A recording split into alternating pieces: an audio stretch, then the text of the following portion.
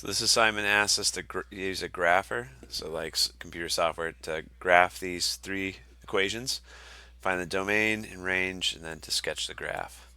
So over here in Desmos, I went to desmos.com/calculator, pretty popular one.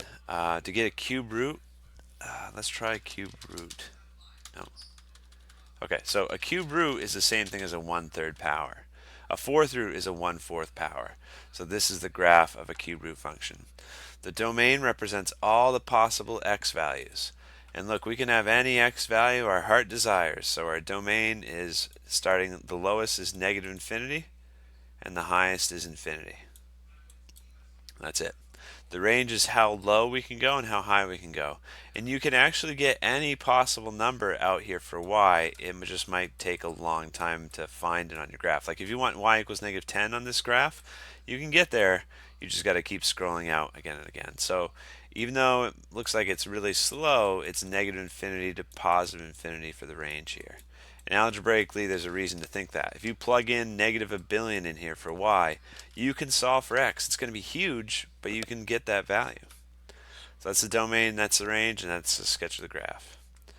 So the next one, and it's SQRT in Desmos to get the square root.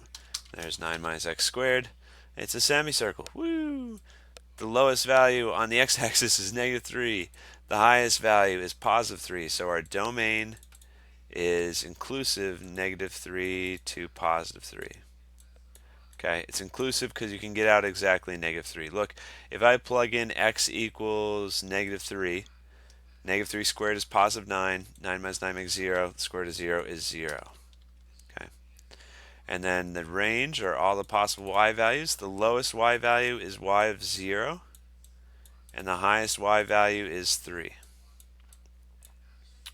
And then last one, type 1, it's the slash key for division, then I need a square root, 4 minus x squared. You can get all those functions too. There's a little button in Desmos if you expand the window. But okay, so this one's a little bit weirder. The domain represent all the possible x values, and look, if you follow the x values, they never actually pass -2. That's because if you plug in like anything past -2, like x equals -3, then you're going to get 4 minus 9 and you're square rooting a negative, which is bad, right? So the domain is inclusive -2 to 2.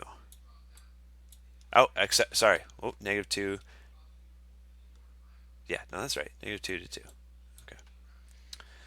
Because that's the lowest y value, that's the highest y value, and there's no problems in between.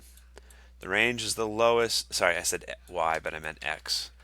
The range is the lowest y value, which is 0.5, and you can get that. We want to verify. We could plug in 0.5 and solve this equation. If I solve that equation, I'd multiply, don't worry, we'll do this more later, but I'd multiply the square root of 4 minus x squared to both sides, divide the 0.25, square both sides, subtract that 4. It's possible to get exactly 0.5. It's going to be at x equals 0. If you plug in 0, that's 4 minus 0 is 4, square root of 4 is 2, 1 over 2 is 0.5. So you can get out exactly 0.5. That's why I'm using a bracket instead of a parentheses. That's the lowest y value. There is no limit to how high we can go. So there's our range.